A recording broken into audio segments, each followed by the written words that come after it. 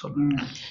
இந்த கொரோனா வரும்போது கூட நீங்க சொன்னீங்க சார், கொரோனா வர்றதுக்கு 1 மாசத்துக்கு முன்னாடியே ஒரு புதுவிதமான வைரஸ் உங்க வீடியோல தான் போட்டோம் ஃபர்ஸ்ட். ஆமா, நம்ம சேனல்ல தான் 2019 போட்டோம். ஆமா, அது போட்ட உடனே தான் 1 மாசம் கழிச்சு தான் கொரோனாங்கிறது அறிவிக்கப்பட்டது. அதுபோல இந்த புது 2வது வைரஸ் இதோட எதிரொலி வந்து இந்த பிப்ரவரி மாதம் தான் ரொம்ப தெரியும். ஏன்னா அது வந்து நம்ம படிக்க சொல்லி சொல்கிறாரு, அந்த வில்லேஜில் உடலில் பரவின்னு வருதுன்னு சொல்லினே வந்தார். ஸோ ரொம்ப கேர்ஃபுல்லாக இருங்க.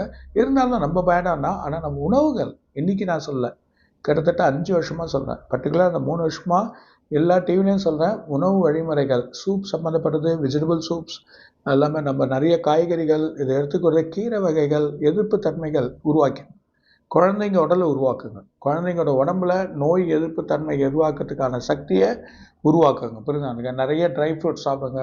நிறைய ட்ரை ஃப்ரூட்ஸ் இருக்கக்கூடிய அந்த பாதாம் பருப்பு, பிஸ்தா பருப்பு இதெல்லாம் சாப்பிடுங்க. வேர்க்கடலைலாம் நிறைய சாப்பிடுங்க.